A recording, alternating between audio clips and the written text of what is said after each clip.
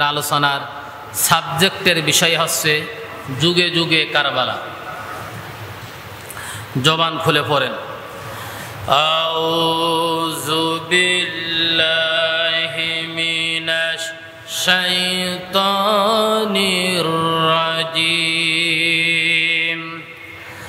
বিসমিল্লাহির রাহমানির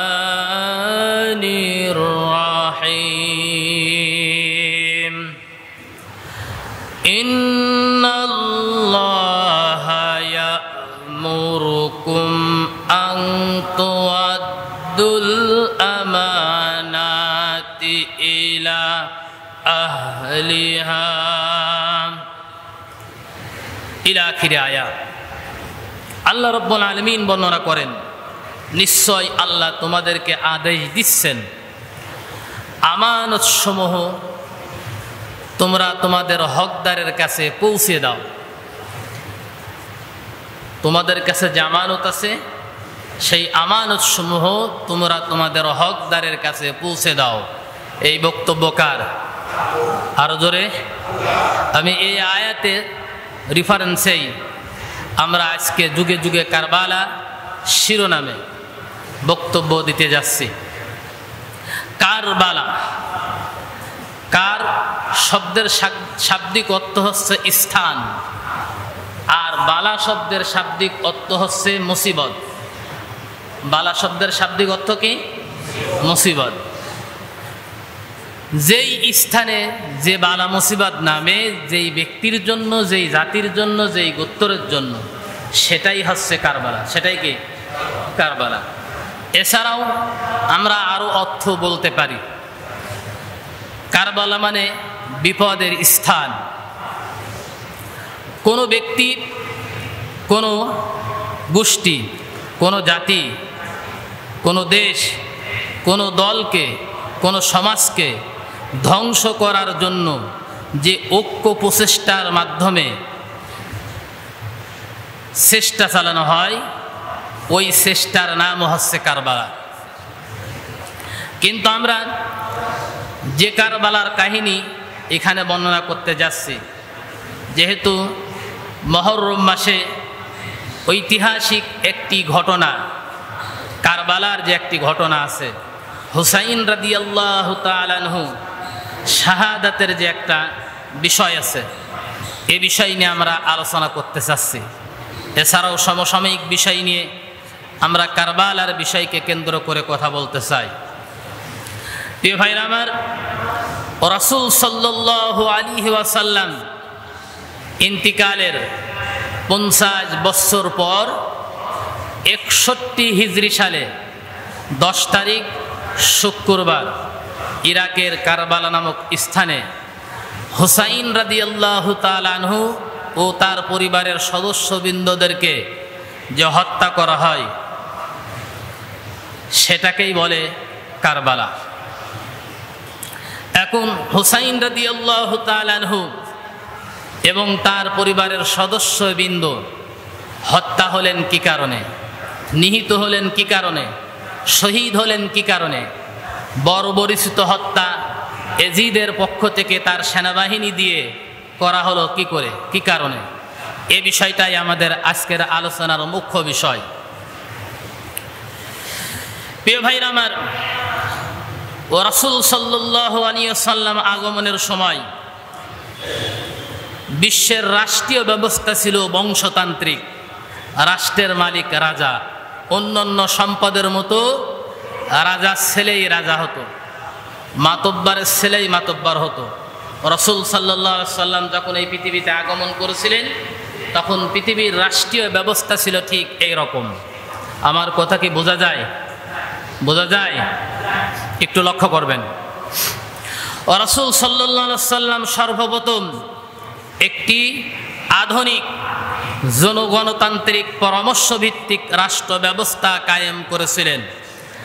আর এই রাষ্ট্র ব্যবস্থার বিশেষ 2টি দিক ছিল। 1 নাম্বার, রাজা ও প্রজার সম্পর্ক মালিক ও ম্যানেজারের মতো। রাষ্ট্রের মালিক হবেন জনগণ। জোরে বলেন, রাষ্ট্রের মালিক কে? জনগণ। 2, রাষ্ট্রপ্রধান নির্ধারণ করা একটি জাগতিক কর্ম এবং তা জনগণের কর্ম। জনগণের পরামর্শ ভিত্তিতে তা সম্পূর্ণ হবে। পরামর্শের ধরন নির্ধারিত নয়, যুগ দেশ ও জাতির অবস্থা অনুসারে তা পরিবর্তিত হতে পারে। এরই আলোকে বিশ্বনবী যেদিন ইন্তিকাল করেছিলেন 12ই রবিউল আউয়াল সোমবার, ইন্তিকালের পূর্ব মুহূর্তে তিনি পরবর্তী রাজ্য পরিচালনা করার জন্য মুসলিম মিল্লাতের কোনো রাষ্ট্রনায়ক তিনি নিজে নির্ধারণ করে যাননি। তিনি বলেননি যে আমার ইন্তিকালের পরে আমার জামাই হবে এই পৃথিবীর এই রাষ্ট্রের মালিক, অথবা আমার মেয়ে হবে এই রাষ্ট্রের মালিক। বিশ্বনবী ইন্তিকালের আগে তিনি এটা করে যাননি। তিনি সরাসরি এই নেতা নির্বাচনের বিষয়টা জনগণের উপরে ন্যস্ত করে গিয়েছিলেন। এরই ধারাবাহিকতার আলোকে বিশ্বনবী ইন্তিকাল করার পরে সাহাবাই কিরাম চতুর্দিকে কান্নার রোল পড়ে গিয়েছে। সবাই কাঁদতেছে, কেউ বিশ্বাস করতেছে, কেউ বিশ্বাস করতেছে না। কেউ বলছে না, নবীজি ইন্তিকাল করেননি, তিনি মিরাজে গিয়েছেন, আবার ফেরত আসবে। তার মধ্যে একজন হযরত ওমর রাদিয়াল্লাহু তাআলা আনহু, তিনি মদিনাবাসীর সামনে বলে উঠলেন যে কেউ যদি বলে মুহাম্মদ ইন্তিকাল করেছেন, বিশ্বনবী মারা গিয়েছেন, তাহলে আমি ওমর তার মাথা দ্বিগুণ্ডিত করে ফেলব। ভয়তে ওমরের সামনে কেউ কথা বলছে না। ইতিমধ্যে হযরত আবু বকর রাদিয়াল্লাহু তাআলা আনহু দূরে ছিলেন, তিনি আসলেন। তিনি আসার পর বিশ্বনবীর ঘরে হুজরাখানার মধ্যে প্রবেশ করলেন, তার শরীরে চুম্বন করলেন আর বললেন, ইয়া রাসূলুল্লাহ, আপনি মৃত অবস্থায়, জীবিত অবস্থায় যেরকম সম্মানিত, মৃত অবস্থায় আপনি সেই রকম সম্মানিত। জোরে বলেন সুবহানাল্লাহ। এবারে হযরত আবু বকর রাদিয়াল্লাহু তাআলা আনহু বাইরে আসলেন, জাতির উদ্দেশ্যে ভাষণ দিলেন। ভাষণ দেওয়ার সময় সূরাতুল আল ইমরানের 144 নম্বর আয়াত তেলাওয়াত করে জাতির উদ্দেশ্যে ভাষণ দিয়েছিলেন। ওমা মুহাম্মাদুন ইল্লা রাসূল ক্বাদ খালাত মিন ক্বাবলিহির রাসূল আফা ইম্মাতা আও কুতিলান ক্বালাবতুম। এই আয়াত তেলাওয়াত করে জাতির উদ্দেশ্যে ভাষণ দিয়েছিলেন যে আমার জাতি, আল্লাহর পক্ষ থেকে নবীজি বলে গিয়েছেন যে নবীজি যদি নিহত হয় অথবা মৃত্যুবরণ করেন, তাহলে কি তোমরা আবার পাশ্চাত্যে ফিরে যাবে? এই কথার দ্বারা হযরতে আবু বকর রাদিয়াল্লাহু, নবীজি সোমবারের দিন ইন্তিকাল করেছেন আর তার দাফন কাজ সম্পূর্ণ হয়েছে বুধবারের দিন। কোন বারের দিন? আরো জোরে। এখন প্রশ্ন হচ্ছে, সোমবার ইন্তিকাল করলেন, বুধবারের দিন দাফন হলো কি কারণে? অথচ নবীজি হাদিসে বলেছেন তোমরা 3টা কাজ খুব তাড়াতাড়ি করবে। কয়টা কাজ? আরো জোরে। 3টা কাজ খুব তাড়াতাড়ি করবে। ওই 3টা কাজের মধ্যে একটা কাজ হচ্ছে, কোনো মানুষ যদি মারা যায় তাহলে তোমরা তার দাফন কাজ সম্পূর্ণ খুব তাড়াতাড়ি করে দাও। কিন্তু নবীজির লাশ সোমবারের দিন ইন্তিকাল করলেন, কিন্তু বুধবারের দিন দাফন হওয়ার কারণটা কি? এর উদ্দেশ্যটা কি? এর প্রধানতম উদ্দেশ্য ছিল যে মুসলিম মিল্লাতের রাষ্ট্রনায়ক যদি ইন্তিকাল করে, তদানীন্তন সময়ে নবীজি ছিলেন মুসলিম মিল্লাতের রাষ্ট্রনায়ক। জোরে বলেন ঠিক কিনা? তিনি ইন্তিকাল করেছেন। মুসলিম মিল্লাতের রাষ্ট্রনায়ক ইন্তিকাল করার পরে পরবর্তী রাষ্ট্রনায়ক তৈরি না করা পর্যন্ত পূর্ববর্তী রাষ্ট্রনায়কের দাফন কাজ সম্পূর্ণ হতে পারে না। এটাই ছিল মুখ্য বিষয়। এছাড়াও আরো অন্যান্য বিষয় ছিল। প্রিয় ভাইরা আমার, এজন্য নবীজি যেহেতু পূর্বে কোনো ব্যক্তিকে মনোনয়ন করে যাননি, নেতা নির্বাচন করে যাননি, এখন নেতা নির্বাচন করতে তো সময় লাগবে কিনা? সবাই পরামর্শ করতে শুরু করলেন। আনসার এবং মুহাজিরদের মধ্য থেকে নেতা নির্বাচন করা হলো। ইসলামের প্রথম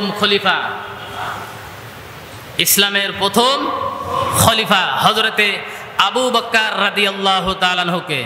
ওই সময় যত মানুষ ছিল সকল মানুষের পরামর্শের ভিত্তিতে হযরত আবু বকর রাদিয়াল্লাহু তাআলা আনহুকে মুসলিম মিল্লাতের পরবর্তী খলিফা হিসাবে নির্বাচন করা হয়েছিল এবং তার হাতে বায়াত হওয়ার পরে বিশ্বনবীর দাফন কাজ সম্পূর্ণ করা হয়েছিল।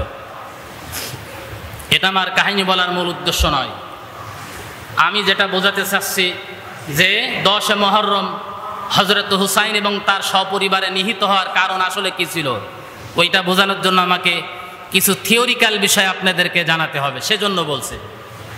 প্রিয় ভাইরা আমার, খলিফাতুল মুসলিমিন হযরত ওমর হযরত আবু বকর রাদিয়াল্লাহু তাআলা আনহু তিনি খিলাফতের মসনদে আসীন হলেন, খিলাফত পরিচালনা করতে লাগলেন।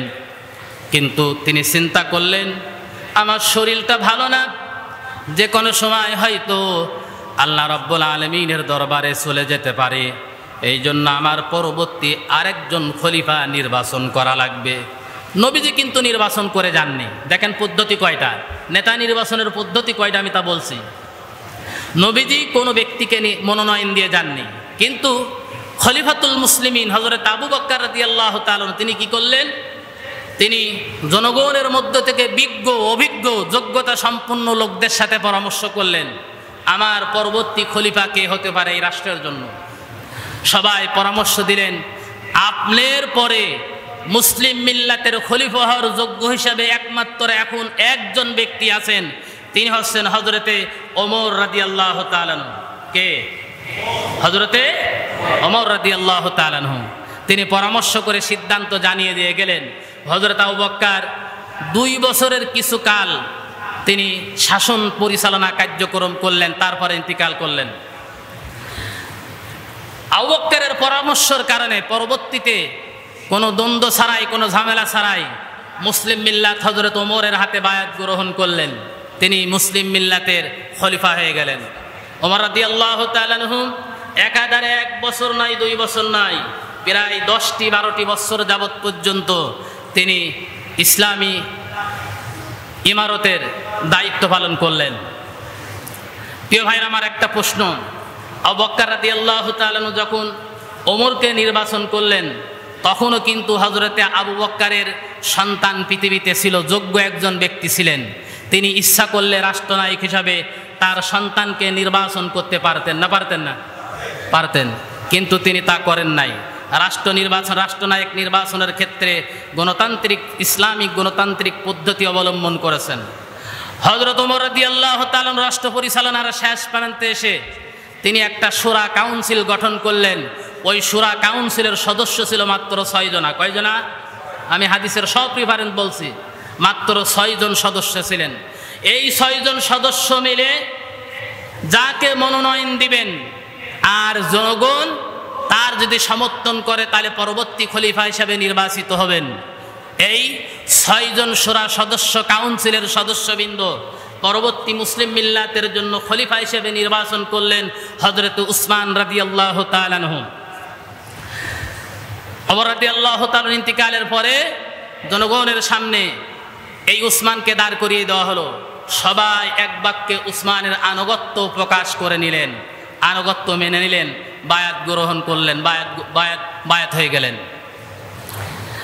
হযরতে উসমান রাদিয়াল্লাহু তাআলা আনহু তিনি কোনো পরামর্শ করে যাননি, আবার কোনো শূরা কাউন্সিল গঠনও করে যাননি, কারণ তিনি সিদ্ধান্ত নেওয়ার আগেই তাকে নির্মমভাবে হত্যা করা হয়েছিল। হযরতে উসমান রাদিয়াল্লাহু তাআলা আনহু এবং তার পরিবারের উপর ওই দিন কারবালা চলেছিল। জোরে বলেন ঠিক কিনা? কারবালা চলেছিল। উসমান রাদিয়াল্লাহু তাআলা আনহু নিহত হলেন, শহীদ হলেন। পরবর্তীতে মুসলিম মিল্লাতের জন্য খলিফা হিসাবে নির্বাচন করলেন তদানীন্তন সময়ের সকল সাহাবাবৃন্দ হযরতে আলী রাদিয়াল্লাহু তাআলা আনহুকে। কাকে? আলী রাদিয়াল্লাহু তাআলা আনহুকে। উসমান ও বিশ্বনবীর জামাই, হযরত আলী রাদিয়াল্লাহু তাআলা আনহু বিশ্বনবীর কে? জামাই। প্রিয় ভাইরা আমার, হযরতে আলী রাদিয়াল্লাহু তাআলা আনহু তিনি রাজ্য পরিচালনা করতে করতে এক সময় এসে মুসলিম মিল্লাতের বুদ্ধিজীবী, বিজ্ঞ অভিজ্ঞ যারা শূরা কাউন্সিলের সদস্য ছিলেন, তাদের সাথে সবার সাথে পরামর্শ করে পরবর্তী খলিফা হিসেবে নির্ধারণ করেছিলেন তার আপন সন্তান হযরত হাসান রাদিয়াল্লাহু তাআলা আনহুকে। তিনি কিন্তু একক সিদ্ধান্তে করেননি, এটা মুসলিম মিল্লাতের সিদ্ধান্ত। কারণ ওই সময় হাসান রাদিয়াল্লাহু তাআলা যোগ্য ছিলেন। কিন্তু হযরত আলী রাদিয়াল্লাহু তাআলা রমজান মাসে ইন্তিকাল করার পরে হাসান রাদিয়াল্লাহু তাআলাকে যখন খিলাফতের মসনদে বসিয়ে দেওয়া হলো, 6 মাসের মধ্যে দেশের ভিতরে গৃহযুদ্ধ বেঁধে গেল। আর গৃহযুদ্ধ কমানোর জন্য, দমানোর জন্য, গৃহযুদ্ধ থেকে দেশকে বাঁচানোর জন্য সাহাবাই কিরামদের সবার সম্মতিক্রমে হযরত হুসাইন রাদিয়াল্লাহু তাআলা আনহুকে ক্ষমতার থেকে হাসান রাদিয়াল্লাহু তাআলা আনহুকে ক্ষমতার থেকে নামিয়ে তদানীন্তন সময়ের যোগ্য একজন ব্যক্তি ছিলেন হযরত মুয়াবিয়া রাদিয়াল্লাহু তাআলা আনহুকে খলিফার মসনদে বসিয়ে দেওয়া হয়। আর এই মুয়াবিয়া রাদিয়াল্লাহু তাআলা আনহু 1 বছর নয়, 2 বছর নয়, একাধারে 20 বছর যাবত পর্যন্ত রাজ্য পরিচালনা করেছেন। কয় বছর? আরো জোরে, কয় বছর? 20 বছর যাবত পর্যন্ত একাধারে রাজ্য পরিচালনা করেছেন। তিনি 60 হিজরি সনে শেষের দিকে ইন্তিকাল করেন। কিন্তু ইন্তিকালের আগে তিনি কিছু লোকের সাথে পরামর্শ করে তার আপন সন্তান এজিদকে পরবর্তী খলিফা হিসাবে মনোনয়ন দিয়ে যান। কিন্তু এজিদকে পরবর্তী খলিফা হিসেবে মনোনয়ন দিলেও তদানীন্তন সময়ের মক্কা, মদিনা, কুফা সহ অন্যান্য রাষ্ট্রের জনগণ কিছু সংখ্যক বা শতকরা বা 3 ভাগের 2 ভাগ জনগণ এজিদকে পরবর্তী খলিফা হিসাবে মেনে নিলেও প্রায় 1/3 জনগণ এজিদকে খলিফা মানতে রাজি হয় নাই। এটা আমি কাহিনী বলছি। প্রিয় ভাইরা আমার, এখন প্রশ্ন হচ্ছে, এতদিন পর্যন্ত হযরত আবু বকর, হযরত ওমর, হযরত উসমান, হযরত আলী, হযরত হাসান, হযরত মুয়াবিয়া তাদের খলিফা নির্বাচনে জনগণের কোনো সমস্যা ছিল না। জনগণের সামনে নেতা নির্বাচিত হলেই জনগণ আনন্দে তাদের হাতে বায়াত গ্রহণ করেছে, কোনো প্রশ্ন তোলেনি। কিন্তু এজিদের হাতে বায়াত হতে জনগণ প্রশ্ন করলে কেন? কারণ এই 1/3 জনগণ এজিদের বিষয় সম্পর্কে অবগত ছিল। কারণ এজিদ ছিল একটা চরিত্রহীন, শব্দটা এরকম, তার কিছু বদ অভ্যাস ছিল, যেই অভ্যাসগুলো মুসলিম মিল্লাতের কোনো শাসকের ভিতরে থাকা উচিত নয়। আমি এর চাইতে বেশি কিছু বলতে পারছি না। এই কারণে এজিদকে খলিফা মেনে নিতে তদানীন্তন সময়ের কিছু সংখ্যক লোক তারা আপত্তি জানিয়েছিলেন। এর মধ্যে কুফাবাসীর পক্ষ থেকে হুসাইন রাদিয়াল্লাহু তাআলা আনহুর কাছে চিঠি দেওয়া হলো যে আমরা কুফাবাসী এজিদের বশ্যতা স্বীকার করতে রাজি না, এজিদকে খলিফা মানতে রাজি না, আমরা পরবর্তী খলিফা হিসেবে আপনাকেই মানতে রাজি। সুতরাং আপনি কুফায় আসুন এবং আমাদের বায়াত গ্রহণ করুন। এই চিঠিটা হযরত হুসাইন রাদিয়াল্লাহু তাআলা আনহু যখন পেলেন, তখন তিনি ছিলেন মদিনায়। কোথায় ছিলেন? মদিনায় ছিলেন। মদিনায় তিনি বিজ্ঞ সাহাবীদেরকে ডাকলেন, তার নিকট আত্মীয়দেরকে ডাকলেন এবং তিনি সেখান থেকে মক্কায় চলে গেলেন। মক্কায় গিয়ে তিনি তার আত্মীয়বর্গ এবং বিজ্ঞ সাহাবায়ে কিরামদেরকে ডাকলেন যে কুফা থেকে সংবাদ এসেছে, তারা আমাকে পরবর্তী খলিফা হিসাবে নির্বাচন করতে চায়। আর আমরাও অনেক মানুষ এজিদের বায়াত গ্রহণ করিনি, সুতরাং আপনারা আমাকে কি পরামর্শ দিচ্ছেন? তখন হুসাইন রাদিয়াল্লাহু তাআলাকে বিজ্ঞ সাহাবায়ে কিরাম এবং নিকট আত্মীয়স্বজন পরামর্শ দিয়েছিলেন, আপনি কুফায় যাবেন না। যদি যান, এজিদের পক্ষ থেকে যদি কোনো বাধা আসে, তাহলে কুফাবাসীরা আপনার পিছনে থাকবে না, তারা গোপনে কি হয়ে যাবে? পিছন দিক থেকে সরে পড়বে, মুনাফিকি করবে। কিন্তু হুসাইন রাদিয়াল্লাহু তাআলা তা শুনলেন না।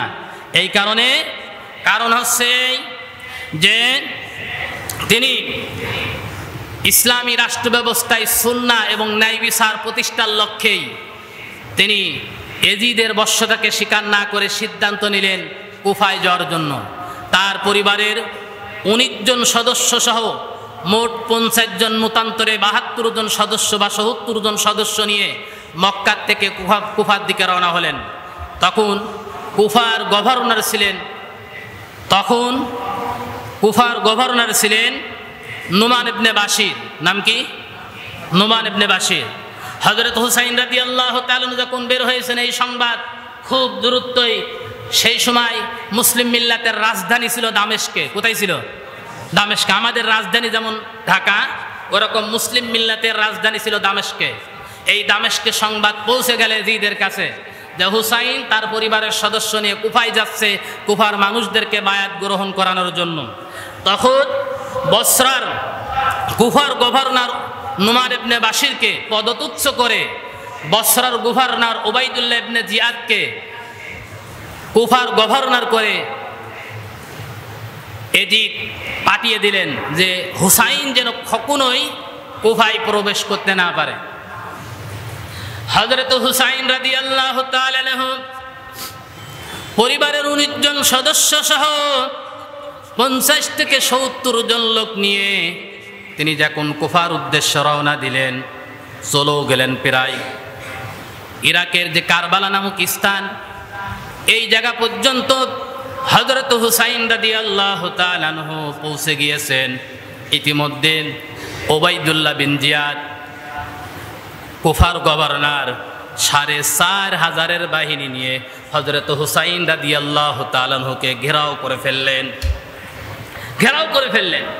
হুসাইন বললেন, তোমরা আমাকে ঘেরাও কেন করতেছো? অথচ তোমরাই তো আমাকে আহ্বান করেছো কুফায় আসার জন্য, বায়াত গ্রহণ করার জন্য। এখন কেন তোমরা আমার পিছন থেকে সরে যাচ্ছ? কথা রক্ষা কেন করছো না? তোমরা আমাকে ছেড়ে দাও, আমি হয় সীমান্ত গিয়ে যুদ্ধ করি, না হলে আমি ইয়াজিদের সঙ্গে গিয়ে বোঝাপড়া করি, অথবা আমি মক্কার দিকে ফেরত যাই। উবাইদুল্লাহ বিন জিয়াদ তিনি এই প্রস্তাব প্রথমে গ্রহণ করেছিলেন, কিন্তু বসরার মানে কুফার যে গভর্নর উবাইদুল্লাহ বিন জিয়াদের সহচর ছিলেন একজন ব্যক্তি, আমরা ইতিহাসের মধ্যে পড়েছি, তার নাম আছে সীমার কুপরামর্শ দিল যে আপনি তাকে বাগে পেয়েও যদি ছেড়ে দেন তাহলে আপনার পদোন্নতি বিঘ্ন ঘটতে পারে, সুতরাং মোকাবেলা করার জন্য তৈরি হন। এই কারণে উবাইদুল্লাহ বিন জিয়াদ হুসাইন রাদিয়াল্লাহু তাআলা আনহুকে বললেন, না, তোমাকে ছেড়ে দেওয়া হবে না, হয় ইয়াজিদের বশ্যতা স্বীকার করবে, না হলে যুদ্ধ করার জন্য তুমি প্রস্তুতি নাও আগামীকাল সকালবেলা। কবে? আগামীকাল। এই দিনটা ছিল 9 মুহররম। এই কথা যখন বলে দেওয়া হলো, হযরত হুসাইন রাদিয়াল্লাহু তাআলা আনহু গভীর রাতে একটা মিটিং করলেন তার তাঁবুর মধ্যে। হুসাইন রাদিয়াল্লাহু তাআলা কারবালার প্রান্তে তাঁবু গেড়েছেন। ইয়াজিদের পক্ষ থেকে যে সৈন্যবাহিনী এসেছে উবাইদুল্লাহ বিন জিয়াদের নেতৃত্বে, তারাও তাঁবু গেড়েছে। এই তাঁবুতেও আজান হচ্ছে, ইকামত হচ্ছে, জামাত হচ্ছে। ওই তাঁবুতেও আজান হচ্ছে, ইকামত হচ্ছে, জামাত হচ্ছে। দুই গ্রুপই কিন্তু মুসলমান। দুই গ্রুপই কি মুসলমান? খুব লক্ষ্য করেন কথাগুলো। হুসাইনের তাঁবুতেও আজান হচ্ছে, ইকামত হচ্ছে, নামাজ হচ্ছে। উবাইদুল্লাহ বিন জিয়াদের 4500 বাহিনীর যে তাঁবু, এই তাঁবুতেও আজান হচ্ছে, ইকামত হচ্ছে, নামাজ হচ্ছে। আজান আর ইকামত আর টুপি আর দাড়ি দেখলেই কোনো মানুষ ভালো হতে পারে? টুপি দাড়িওয়ালা মানুষরা অনেক সময় খারাপ হতে কি পারে না? আমি তা বোঝাবো আপনাদেরকে। আমরা দেখেছি বিগত কয়েকদিনের আন্দোলনে দেখেছি যে দাড়িওয়ালা মানুষরাও ছাত্রদের বুকে গুলি করতে একটু দ্বিধাবোধ করেনি। জোরে বলেন ঠিক কিনা? দাড়ি থাকলেই যে ভালো মানুষ হয় এইটা ভাবার কোনো কারণ নেই। প্রিয় ভাইরা আমার,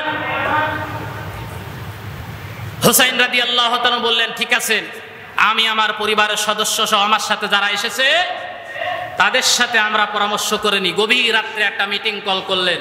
পৃথিবীর ইতিহাসে এই মিটিংটা স্বর্ণ অক্ষরে লাল কালি দিয়ে লেখা হয়েছে, এমন একটা মিটিং ডাকা হয়েছিল। মিটিংয়ের এজেন্ডা ছিল একটা, আমরা বাঁচতে চাই না মরতে চাই। কি ছিল? মিটিংয়ের এজেন্ডা থাকে না? দেখবেন মিটিংয়ের এজেন্ডা থাকে।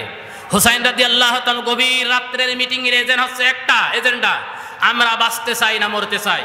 ছোট্ট ছোট্ট মাসুম বাচ্চাদেরকে ঘুমিয়ে রাখা হয়েছে, আর বয়স্ক নারী এবং পুরুষকে জাগ্রত করে তাঁবুর মধ্যে রাত 12টার পরে মিটিং করা হচ্ছে। এজেন্ডা একটা, আমরা বাঁচতে চাই না মরতে চাই। এই কথা যখন বললেন তখন তার বোন জাইনাব রাদিয়াল্লাহু তাআলা আনহা হুসাইন রাদিয়াল্লাহু তাআলা আনহুকে ডেকে বললেন, হুসাইন, তুমি এই কথার তাফসীর এবং ব্যাখ্যা করো, আমরা বাঁচতে চাই না মরতে চাই। বললেন, তোমরা তো সবাই জানো আমরা এখানে এসেছি কুফাবাসীদের বায়াত গ্রহণ করার জন্য, কিন্তু ইতিমধ্যে এজিদের পক্ষ থেকে ওবাইদুল্লাহ বিন জিয়াদের নেতৃত্বে 4 থেকে 4.5 হাজারের বাহিনী আমাদেরকে ঘেরাও করে ফেলেছে, আমাদের অবরুদ্ধ করে ফেলেছে। আমাদের এজেন্ডা দেওয়া হয়েছে, হয় এজিদের বশ্যতা স্বীকার করতে হবে, না হলে আগামীকাল সকালবেলায় যুদ্ধে লিপ্ত হতে হবে। এজন্য আমি আজকের এই মিটিংয়ের এজেন্ডা দিয়েছি, আমরা বাঁচতে চাই না মরতে চাই। জয়নাব বলতেছে, এর ব্যাখ্যা করো, বাঁচলে আমাদের কি লাভ হবে আর মরলে আমাদের কি লাভ হবে, তাফসীর এবং ব্যাখ্যা আমাদের সামনে বলো। হোসাইন রাদিয়াল্লাহু তাআলা তখন বললেন, শোনো বোন, হে আমার সাথীরা তোমরা শোনো, আমরা যদি বাঁচি, বাঁচলে পারে আমাদের 2টা লাভ হবে, আর আমরা যদি মরে যাই তাও আমাদের 2টা লাভ হবে। খুব লক্ষ্য করেন প্রিয় ভাইরা আমার, চলমান দৃশ্যের সাথে আপনাদেরকে এই জিনিসটা মিলাতে হবে। আমি এই জন্য আজকে বলেছি, আজকের শিরোনাম হচ্ছে যুগে যুগে কারবালা। কারবালা মানে ইয়াকের ময়দানে যা হয়েছে ওইটাই কারবালা নয়। পৃথিবীতে এরকম অসংখ্য কারবালা পৃথিবীতে ঘটবে এবং ঘটেছে, জোরে বলেন ঠিক কিনা। একটু লক্ষ্য করেন, হযরত হুসাইন রাদিয়াল্লাহু তাআলা আনহু বোন সহ সবাইকে লক্ষ্য করলেন, শোনো, এজিদের পক্ষ থেকে প্রস্তাব দেওয়া হয়েছে, হয় বশ্যতা স্বীকার করতে হবে, নয়তো আগামীকাল যুদ্ধের জন্য প্রস্তুতি নিতে হবে। এখন আমি বলেছি আমরা বাঁচতে চাই না মরতে চাই। এই বাঁচতে চাওয়ার অর্থ হচ্ছে এজিদের বশ্যতা স্বীকার করা। যদি আমরা তা স্বীকার করে নিই, 2টা লাভ হবে আমাদের। 1 নম্বর লাভ হচ্ছে আমাদের যুদ্ধ করা লাগবে না, আমরা সবাই জানে বেঁচে যাব, এটা হচ্ছে 1 নম্বর লাভ।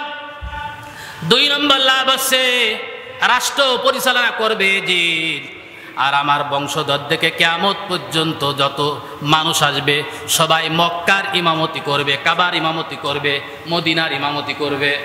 আমরা ইমাম হবে আর রাষ্ট্রের ইমাম হবে এজিদ। এই 2টা লাভ হবে। আমরা এজিদের বশ্যতা স্বীকার করে নিলে জানে বেঁচে যাব, আর মক্কার ইমামতি আমরা পেয়ে যাব। 2 নাম্বার, ইমামতি পেয়ে গেলে আমরা সুখে দিন কাটাতে পারবো, আমাদের বেতন অনেক হবে, গাড়ি বাড়ি ঘর দরজা অনেক সম্পদের মালিক হয়ে যাব আমরা। এইটা হচ্ছে বাঁচার 2টা ফলাফল আমি আপনাদেরকে বললাম। এবারে বলছি আমরা মরতে চাই। আমরা যদি মারা যাই, তার মানে আগামীকাল বশ্যতা স্বীকার না করে সকালবেলায় যদি যুদ্ধের জন্য অনুমতি নিয়ে নেই, যুদ্ধের জন্য প্রস্তুতি নিয়ে নেই, তাহলে আমাদের 2টা লাভ হবে। কারণ আমরা বেশি সংখ্যক লোক নয়। আগামীকাল যুদ্ধ করতে গেলে হয়তো এই তাবুর একজন লোক আমরা দুনিয়ায় বেঁচে থাকতে পারবো না। বেঁচে না থাকলে আমাদের কোনো ক্ষতি নেই, কারণ হচ্ছে আল্লাহ রাব্বুল আলামিনের কাছে আমাদের নামটা শহীদের কাতারে চলে যাবে। এটা হচ্ছে 1 নম্বর লাভ। 2 নম্বর লাভ কি?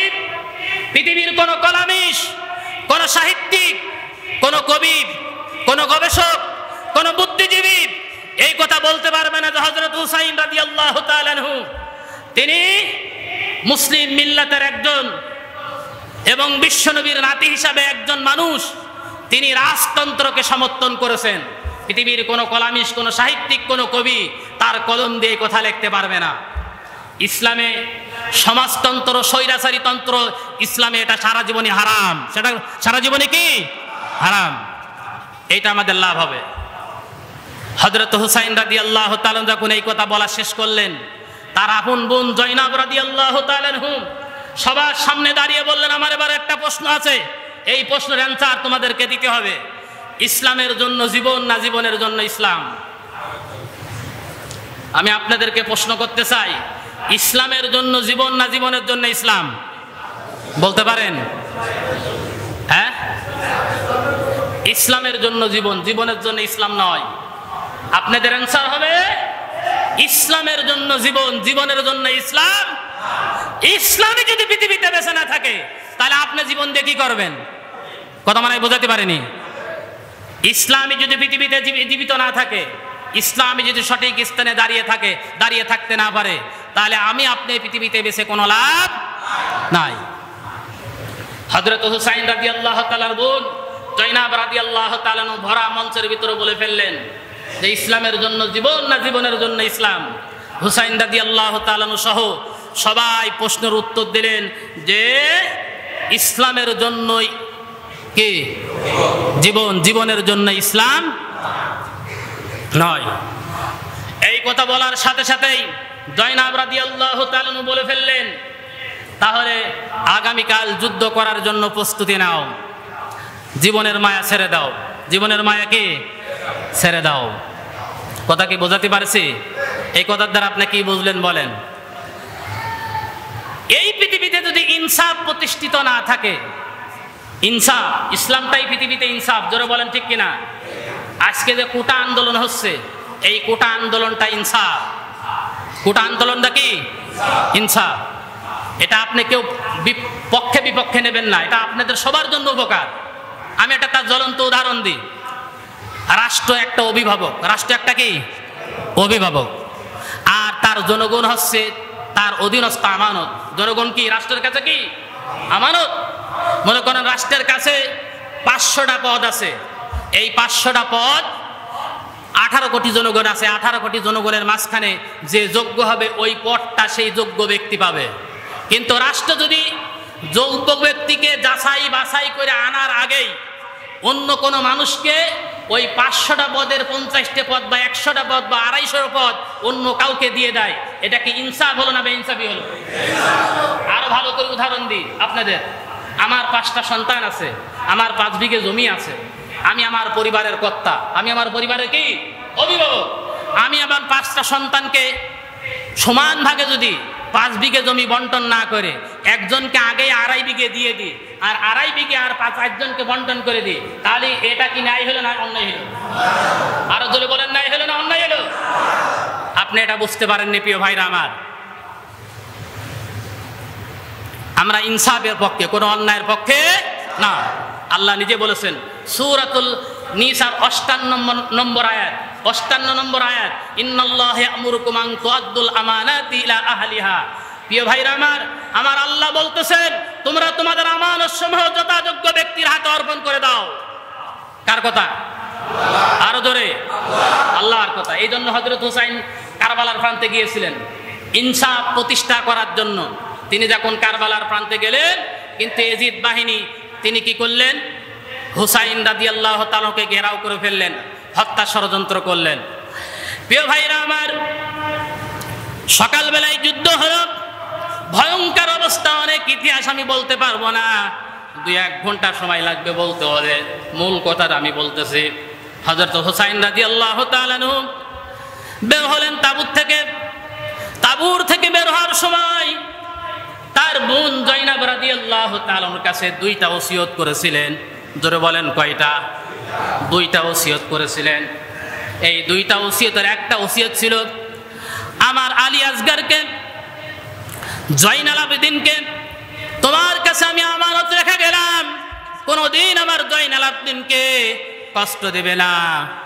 আর 2 নম্বর ওসিয়ত, আজকে আমার সাথে আমার পরিবারের সাথে যেই কাহিনীটা হচ্ছে, আমাদের প্রতি যে অবিচার হচ্ছে, অন্যায় হচ্ছে, জুলুম হচ্ছে, এই জুলুমের বিচার পৃথিবীর কোন রাজা বাদশার কাছে দেবে না। কোনদিন যদি মদিনায় যাওয়ার সুযোগ হয় মদিনায় যাবে, মদিনায় যাওয়ার পরে আমার নানার কবরের পাশে দাঁড়িয়ে এই 3 দিনকার ঘটনাগুলো আমার নানার কাছে বিচার দিয়ে দেবে। হযরত হুসাইন রাদিয়াল্লাহু তাআলা আনহু তার সদস্যদেরকে নিয়ে যুদ্ধের ময়দানে ঝাঁপিয়ে পড়লেন। জুলফিকার হাতে তরবারি নিলেন, আমির হামদার বস্ত্র পরিধান করলেন। হযরত হুসাইন রাদিয়াল্লাহু তাআলা যুদ্ধের ময়দানে তিনি ওই দিন রোজা ছিলেন। 10 মুহররমের দিন ছিল। 10 মুহররমের দিন রোজা থাকা একটা ভালো ইবাদত। রাতের বেলায় স্বপ্ন দেখেছিলেন হুসাইন, তার নানা বিশ্বনবী মুহাম্মদুর রাসূলুল্লাহ সাল্লাল্লাহু আলাইহি ওয়াসাল্লাম তিনি জান্নাতের মধ্যে থেকে একটা কাপের ভিতরে, পেয়ালার ভিতরে শরবত নিয়ে দাঁড়িয়ে আছে। তার মানে হচ্ছে হুসাইন সকাল বেলায় শহীদ হয়ে যাবে, এতে কোনো সন্দেহ নাই। তিনি চলে গেলেন ময়দানে। 179টা তীর হযরত হুসাইনের শরীরে বিধান হয়েছিল, 33টা তলোয়ারের আঘাত দেওয়া হয়েছিল। শুধু তাই না, 21টা বর্মার আঘাত দেওয়া হয়েছিল হযরত হুসাইন। এগুলো খাওয়ার পরে যখন জমিনেই পড়ে গেলেন, সীমার সহ এজিদের সৈন্যবাহিনী এসে হযরত হুসাইনের বুকের উপরে চড়ে বসলেন। তারপরে তার জবাই করে দেওয়া হলো, মাথা ধর থেকে আলাদা করে ফেলা হলো। তার বডিটা একজন দুইজন নয়, প্রায় 70টা ঘোড়া দিয়ে তার বডিটা ছিন্ন বিচ্ছিন্ন করে ফেলা হয়েছিল। আর হুসাইনের মস্তকটা বর্ষার উপরে আঘাত, বর্ষার উপরে বিদায়ে যেই কয়জন পরিবারের সদস্য মেয়েরা জীবিত ছিল, আর একজন পুরুষ মানুষ জীবিত ছিল হযরত জয়নাল আবদিন, তাকে সহ এজিদের দরবারে দামেস্কে পাঠিয়ে দেওয়া হলো। এজিদের দরবারে দামেস্কে পাঠিয়ে দেওয়ার পরে এজিদ দুঃখ প্রকাশ করে বলতেছে যে আমি হুসাইনের বিরোধিতা করতে বলেছিলাম, তাকে হত্যা করতে বলিনি। এটা ইতিহাসবিদরা রেখেছে। কিন্তু সত্যি যদি এজিদ হুসাইনের হত্যার বিপক্ষে থাকতেন, তাহলে পারে যারা হত্যা করেছিল তার দায়িত্ব ছিল তাদের গ্রেপ্তার করা এবং তাদেরকে শাস্তির আওতায় নিয়ে আসা। ধরে বলেন ঠিক কিনা? কিন্তু এজিদ পরবর্তীতে এইটা কাজ করে নাই। রাষ্ট্রপ্রধান, তার দায়িত্ব হচ্ছে কোনো লোক যদি অন্যায় করে তাহলে অবশ্যই তাকে কি করতে হবে? গ্রেপ্তার করে শাস্তির আওতায় নিয়ে আসতে হবে। তিনি বললেন যে আমি তাকে বাধা দিতে বলেছি, হত্যা করতে বলিনি। ভালো কথা, আপনি বললেন যে হত্যা করতে বলেননি, কিন্তু যারা হত্যা করলো তাদের দায়িত্ব ছিল, আপনার দায়িত্ব ছিল তাদেরকে গ্রেপ্তার করা এবং হত্যার শাস্তি তাদেরকে দেওয়া। ধরে বলেন ঠিক কিনা? কিন্তু এজিদ পরবর্তীতে এই দায়িত্ব পালন করেন নাই। তাহলে এই কথার দ্বারা প্রমাণিত হতে থাকে সে সরাসরি না হলো গোপনের আতাত ছিল, গোপনে তাদেরকে সন্ধি ছিল হযরত হুসাইন এবং হুসাইনের পরিবারকে হত্যা করা। ধরে বলেন ঠিক কিনা? প্রিয় ভাইরা আমার, আমি এজিদকে 3টা কারণে দোষী সাব্যস্ত করি। কয়টা কারণে? 3টা কারণে। 61 হিজরিতে এজিদ খলিফার মসনদে বসেছিল। 61 হিজরিতে তার বাপ 60 হিজরিতে ইন্তেকাল করেছে, আর 61 হিজরিতে এজিদ খলিফার মসনদে বসেছিল।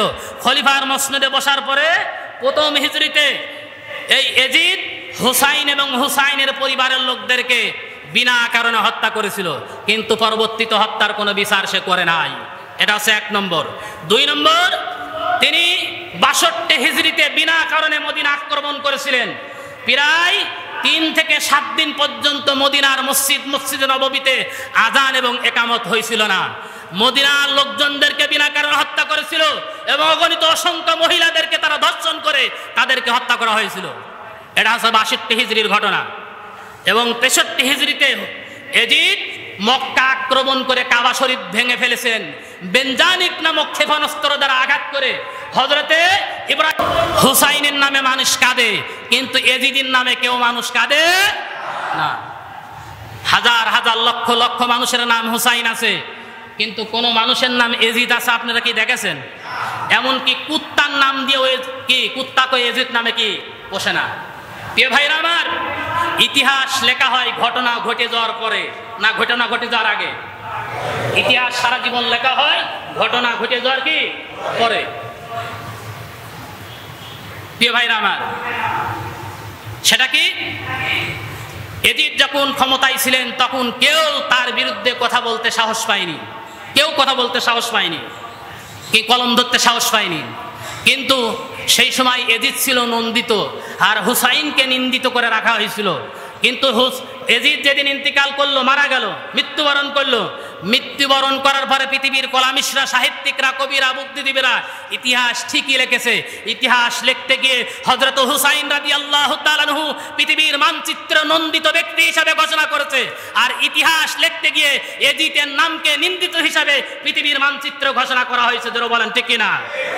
একদিন ঠিকই ইতিহাস লেখা হবে, দেখা হবে।